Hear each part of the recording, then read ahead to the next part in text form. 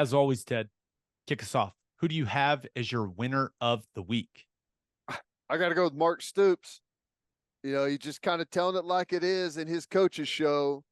I don't know exactly what the question was, but he was talking about Georgia. This is the quote. I can promise you in Georgia, they bought some pretty good players. You're allowed to these days, and we could use some help. That's what they look like whenever you have 85 of them. I encourage anybody that's disgruntled to pony up some more money. And that's essentially what he's saying is NIL has changed the game. You can legally, legitimately, air quotes, buy players, and it's happening. Everyone knows it's happening, and it's the same thing. Like if you want to get upset, you got to pony up and get the NILs going, because that's how you're going to get the best players. You can tie it right into, a bunch of different programs around the country that have had to make decisions between, facilities and all these other things. NIL, man, that's how you're going to get the players to compete. And he's right. Georgia has 85 of them. There's no doubt. Now, it felt just like a little bit of excuse making. I'm not going to lie, right? Because that was it is what it is. It's an easy out.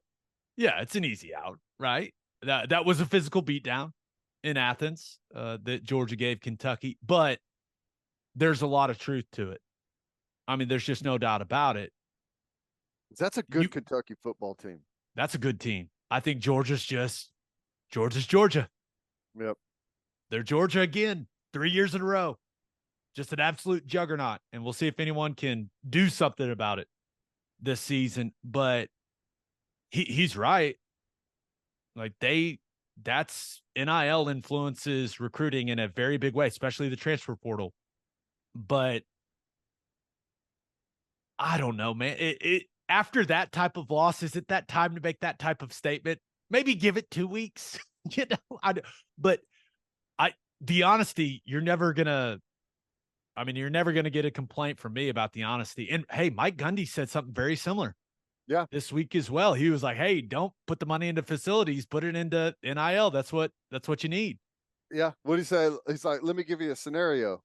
If we were to ask our players, would you rather have 50,000 in NIL or a new weight room and meeting rooms? What do you think they'd pick? They pick NIL every single day.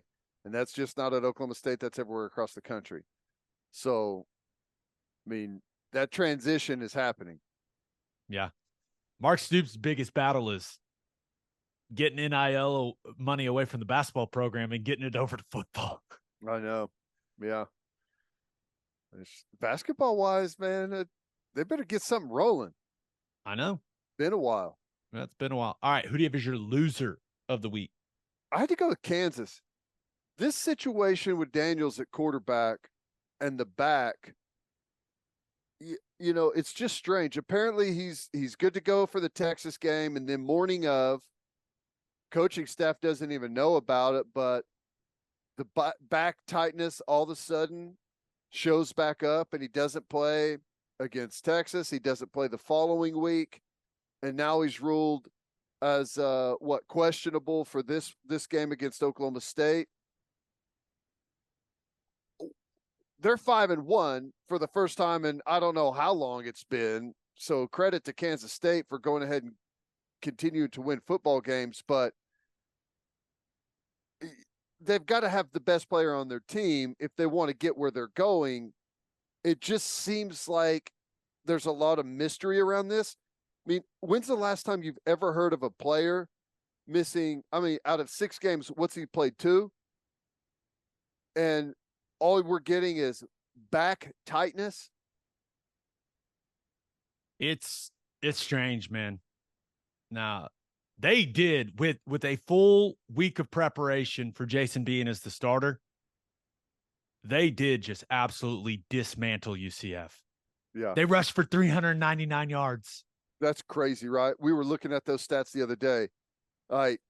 If I told you, if I just took away who it was and put up the stats as to what happened, you would say that UCF just played like a Power 5 juggernaut, that they just could not, at the line of scrimmage, there was just no match.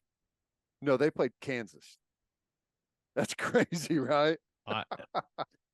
And this is, I wonder if Leipold's to a point where Jalon Daniels is your best player, but I don't know. It's his availability, lack of availability. It's kind of just hanging over that program in a weird way. I agree. So I don't know. What do you think about that trip to Stillwater? What's that, Saturday, 2:30 on FS1? Kansas is the 3-point road favorite. Well, it's hard to know. What do I think? Do I get Kansas State, Oklahoma State, or do I get Southern Alabama, Oklahoma State? That's the question, knows, man. I right? don't know. The Oklahoma State I watch play against Kansas State is good enough to beat anyone in this conference on a given day, aren't they? But I can't expect them to play like that. I would say that as good as Kansas's offense is, that they're going to get the win. And I still feel weird when I pick Kansas to win games. It's like you're picking some huge underdog. No, they run the football incredibly well. Like, here's the great thing about their offense, even with Bean at the helm, they got a bunch of different ways to put up yards and points on you. So I think Kansas gets it done, but it's all about what Oklahoma State team shows up. I'm with you. I like Kansas in that one, and it's just simple for me. Out of all the units in the game, I trust Kansas's offense the most. Mm-hmm. Andy Kotelnicki's one of the best in the country, right? One of the best offense coordinators in the country. Now, if Oklahoma State can slow down Kansas's running game and force Bean to beat you throwing it, right? That's what they did to Kansas State. And Will Howard, he looked confused as what he was seeing on the back end from Oklahoma State's defense. If they can do that, then yeah, they're going to have a great chance to win the football game. But that Kansas rushing attack, dude, they carry everything into a game. Zone, split zone, option, triple option, speed option. They've got pin pull. They've got counter. Dude, they have every concept under the sun. And they run it all with different shifts and motions before the snap. Like, preparing for that team has to be an absolute nightmare. I love that. That's how everyone used to be. And now everyone relies on those damn RPOs. So everyone runs the same little inside split zone. And that's about like 90% of the running game in college football, where the quarterback either hands it off or pulls it and throws the little slant or the RPO route. Sucks. That's what I can't, out of all the offenses in the country, like when you look at their run game, Kansas may be my favorite to watch on tape. There's just so much variety. They do some interesting stuff, man. There's some concepts. They just leave defensive tackles unblocked. They just let them go. It's just like, wait, it's like, wait, what's happening? It's fun, but yeah, that's a tough test. That's a tough test for Kansas going into Stillwater. It's going to be a rowdy crowd. So we'll see how they handle it. All right, let's get to my winner and loser. But first, elevate your tailgate with Chapel Supply and Equipment in Oklahoma City. Chapel Supply and Equipment has generators and inverters on hand that'll give you all the power you need so you can take your tailgate to the next level. They've also got top-of-the-line heaters to keep you warm during those cold tailgates later in the season. They're Oklahoma-owned and operated. Elevate your tailgate by calling 405-495-1722 or visit chapelsupply.com. That's CHAPPELL supply.com. And First Fidelity Bank knows how to keep fans like you happy with more than 50 awards in the last 5 years, including Forbes Best In-State Bank, the Oklahoman's Community Choice Awards, and the Journal Records Reading Rankings. It's clear that they are Oklahoma's #1 pick for quality banking. And you can find that level of outstanding service in everything FFB offers. Open an account at an award-winning bank today at ffb.com. firstfidelitybunk.com. First Fidelity Bank. We go where you go. And head to opolisclothing.com. Oh, Come on, Ted. Head to opolisclothing.com for our podcast merchandise and the best OU gear out there, and the new Stutzman t-shirt. That's opolisclothing.com, OPOLIS clothing.com. Use promo code TED, TED, for 10% off. That's opolisclothing.com. Use promo code TED for 10% off. Buttery soft and 10% off. Okay, for my winner of the week, thought about going with Kelvin Kiptum. Does that ring a bell at all, Ted? No. Well, it's about to. Insanity. This dude ran the Chicago Marathon in 2 hours and 35 seconds. World record. Shattered the previous world record by 34 seconds. That's crazy. Running like that is it is unfathomable to me. Now, Kiptum, he's native Kenyan, and a lot of people think like he's just going to be an absolute star. Is it called marathoning? Marathoning? Is that a word? Yeah, I guess. But that's just insane. I went on YouTube and watched the running highlights of this guy. I was like, wait. World record shattered. I got to see what this looks like. His 22nd mile, he ran it in like 4 minutes and 18 seconds. The 22nd mile of a marathon. Well, I'm just trying to do some math in my head right now and trying to figure out what the pace is for 26 miles to run it in 2 hours. Like that's hauling some serious ass. I mean, I'm guessing he's well under 5 minutes a mile the entire way, right? Oh, yeah. I think it's close to like 4.5 minutes. It's insane, dude. That's a speed. So he's running basically 13 miles an hour. Most treadmills don't even go that fast. They go to like 12. That's crazy, man. That's insane. Dude, it is insane.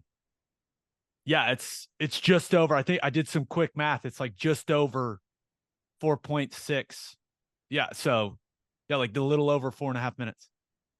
Like maybe like 4:34 or something like that. It's insane. Yeah. I can't even comprehend running that long, that fast. Like it just doesn't even make sense to me. It's for 99% of the world's population. That's like faster than a full sprint for 26 miles for 2 hours. It's nuts. Wow. But my winner of the week, the Oklahoma City Thunder, baby. The squad is back. Let's go.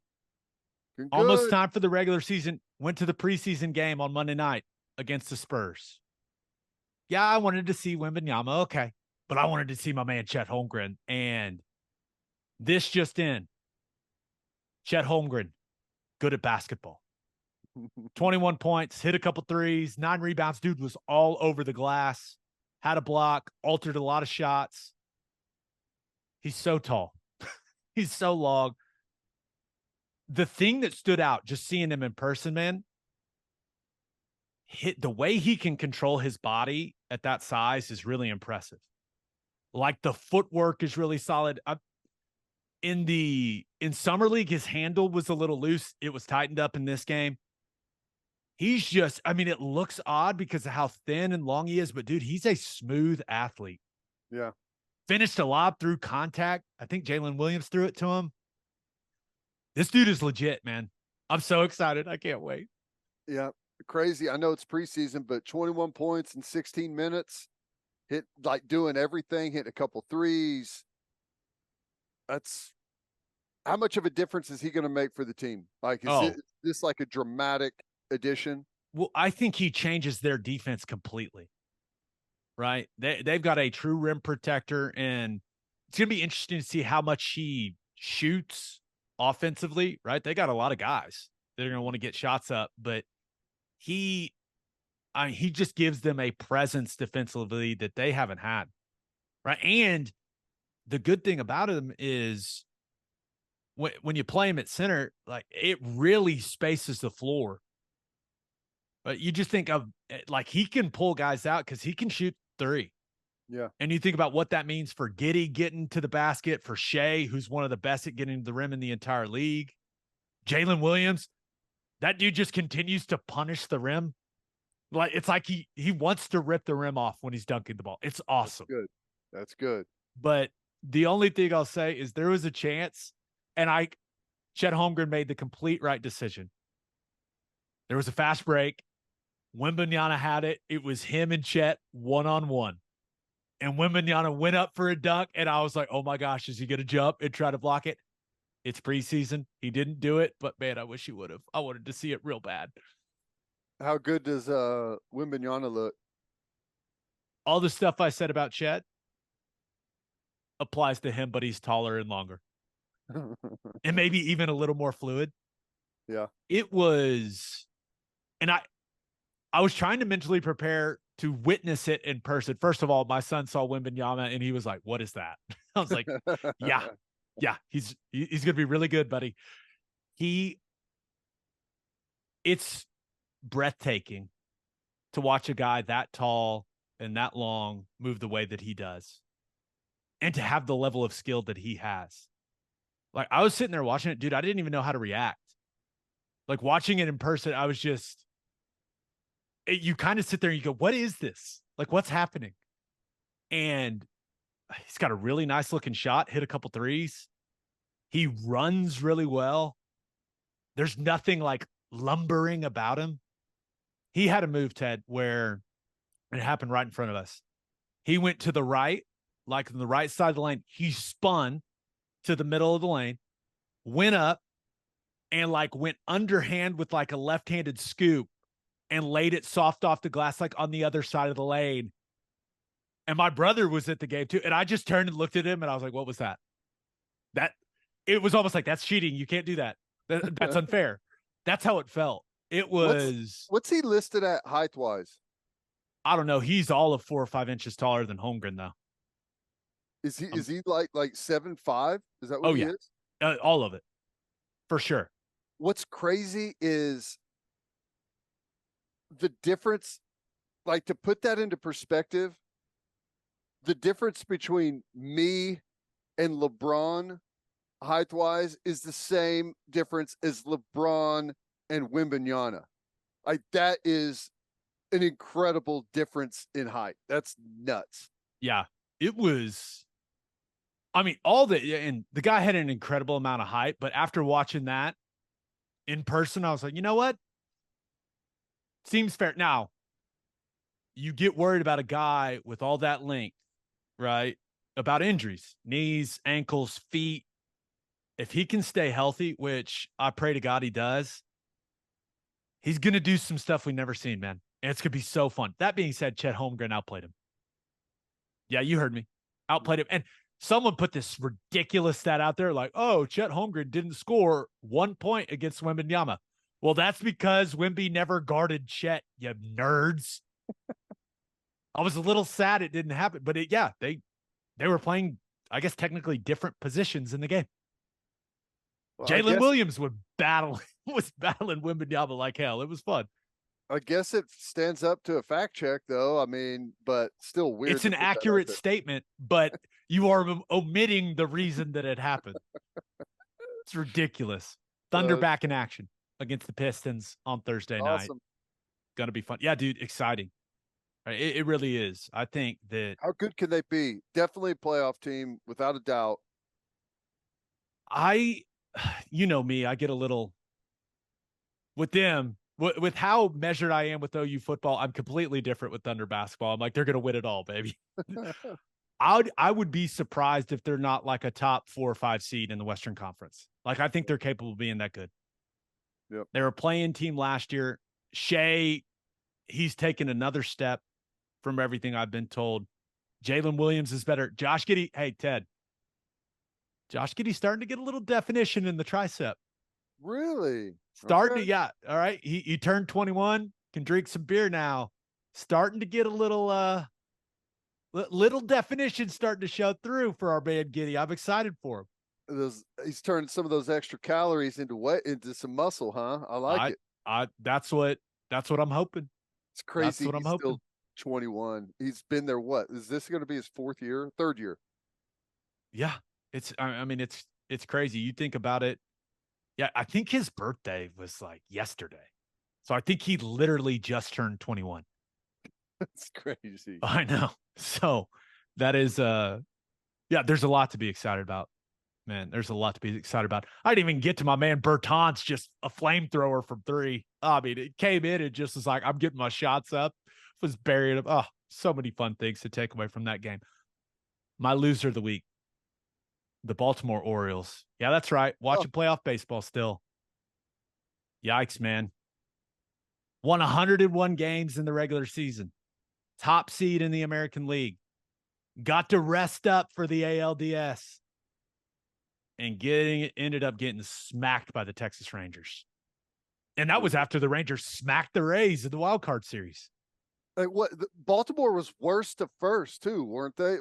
I know. I don't know what they were last year, but they've been like the worst team in Major League Baseball for several years now. Dude, they dropped the first two in Baltimore in this series. It was their first playoff series to host since 2014. Jeez. And they lost those two, and then on Tuesday night, they did. That one was over quick in Arlington. Now, all credit to the Texas Rangers, right? They're hot. They're hot at the right time. But you got to feel for those players, for the Orioles, for the fans, all that excitement, and you get swept 3-0 in the ALDS. That's tough, man. And how about this? The Orioles did not get swept in a single series in the regular season. It just got swept in the ALDS. That's got to be like the most frustrating thing you could ever imagine. As a player, as the coaching staff, as fans, just like, okay, we're here. We may not win it, but we know we got a shot. We haven't been swept the entire year. That's weird. That's crazy how that happened. And I think it leads to an interesting debate, right? Maybe you don't want the bye in baseball. It's such a routine and like rhythm sport that because in football, like the bye is okay, we get to rest up. It's the sport's so physically taxing. Maybe you should get the choice if you're the top seed. Like, no, we want to play. We want to play a series to start because they're just sitting there waiting. And then they came out. I don't know. Like the Rangers have a bunch of momentum. They're in a rhythm. Like taking the break in baseball, maybe that's not an advantage for the higher seeds. A debate has started. There's a lot of debate going on about that right now. Well, think about it. 162 games. I know you get the All-Star break, but I mean, there's got to be a tendency after going through that grind just to like totally space out a little bit whenever you've got some time off. So I don't know. It's something to think about for sure. It could have been the break for the Orioles that had them off their game, or it could have been the fact that the Rangers were knocking the cover off the ball. Yeah, they were good. Oh, dude, that game, I watched it. Like I watched the first two innings and I was like, I think we're done here. I mean, the Rangers, Seager homers in the first, and they have a 5-run second. It was 6-0 and over in the blink of an eye for Baltimore. Yeah. I mean, and Eovaldi was awesome on the mound for the Rangers. So I'm sure we got some Texas Rangers fans that listen to the pod. They're rolling, man. Yep. I don't think anyone wants to see them right now, dude. Nope. Dude, the playoffs are going to be good though. There's some star power this year. Playoff baseball is awesome. Like Globe Life Field during the when who was it? Garcia hit that 3-run homer. That place looked insane, man. Yep. The Phillies crowd, that place looks, I mean, off the charts. Like playoff baseball is a lot of fun. That's why I watch it. I like it. It's the only time I watch baseball all year. That Philly Atlanta series is wild. Oh yeah. That's the stuff. Yep. I will watch, like, obviously this is the highest level of baseball, right? I love watching the best at what they do in the world. It's one of my favorite things, especially, I have no dog in the race in baseball. Don't care, just want to be entertained. But the tension, like the drama, the energy of playoff baseball is awesome. Yep. Awesome. Every at bat, working through different situational stuff. Like it's top notch. I agree.